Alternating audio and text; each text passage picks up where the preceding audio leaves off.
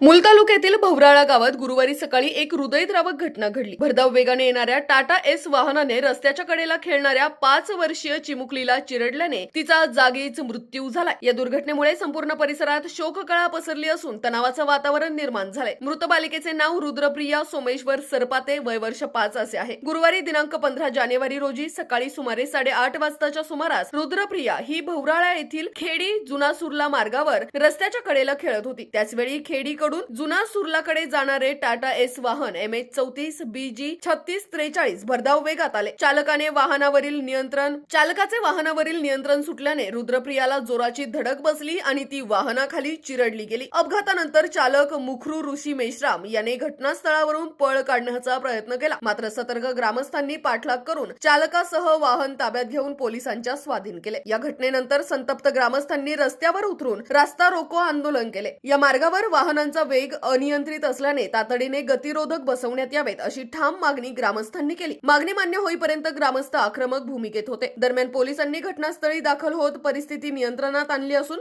अपघाताची नोंद करून पुढील कायदेशीर कारवाई सुरू केली आहे.